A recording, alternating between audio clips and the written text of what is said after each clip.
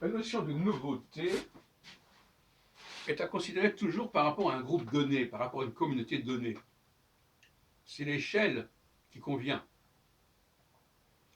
Quelque chose peut être nouveau pour un groupe A et pas pour un groupe B. Je ne parle même pas. Alors, effectivement, il faut appartenir à un groupe pour pouvoir parler au nom de ce groupe. Il est évident qu'un individu complètement euh, étranger à tout groupe fait problème, mais ça n'est jamais le cas. Toute personne est forcément marquée par un groupe, qu'il le sache ou pas, par une certaine culture, par un certain environnement. Donc c'est une illusion, une chimère de croire qu'on est un individu isolé. Même un créateur en musique ou un chercheur en physique est forcément marqué par le milieu auquel il appartient. C'est inévitable. Donc il est vain de le nier.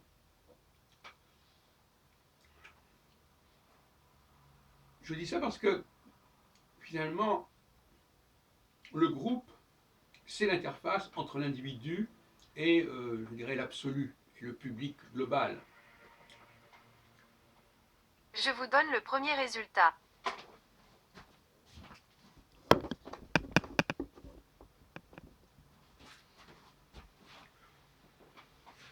Il faut déjà être conscient de ce qu'on a reçu du groupe, comment on a été influencé et formaté par le groupe d'où on vient, de ses origines.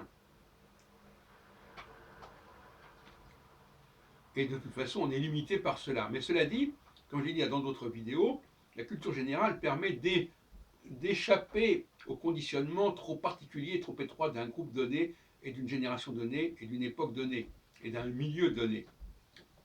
C'est tout l'enjeu de la culture générale. Je dis ça parce que en classe de philo, ce problème de la culture générale m'avait inspiré. Mais je ne disais peut-être pas à l'époque ce que je dis aujourd'hui. Je m'en souviens plus très bien. Il faut revoir mes textes de l'époque, dans les années 64-65. Mais il est clair que plus on a une vision, une connaissance générale des choses, plus on peut apprécier la nouveauté de ce qui se présente.